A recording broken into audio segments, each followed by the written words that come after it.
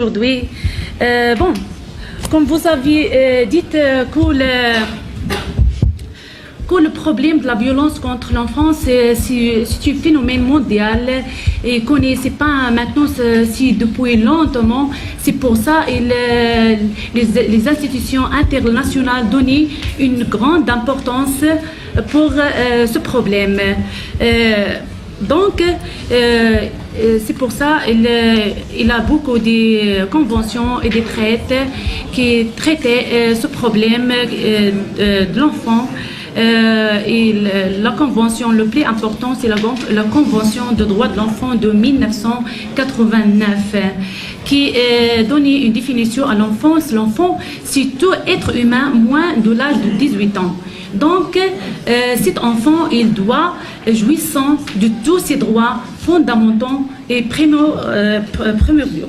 Donc, quand ces droits sont marginés, donc là, il doit le parquet général faire son intervention.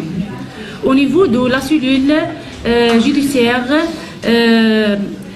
avant la création de la cellule, le Maroc, le royaume marocain, est travaillé d'une vision globale, d'une vision participative entre tous les secteurs, soit le secteur de la justice, soit le secteur de la jeunesse et sport, soit le secteur du ministre de solidarité de la femme et de l'enfant. Donc, il préparait une stratégie l'année 2000 pour lutter contre la violence, soit pour la femme ou bien pour l'enfant. Donc après vient la création de la cellule au niveau du parquet général. Maintenant, on a 86 cellules au niveau du royaume marocain. Donc, quel est l'effort de la cellule pour la protection de l'enfant?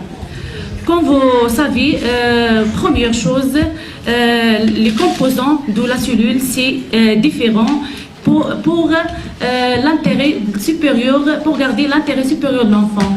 Il a le composant cellule judiciaire, composant de juges des mineurs, les assistances sociales et aussi le substitut du procureur du roi et aussi les magistrats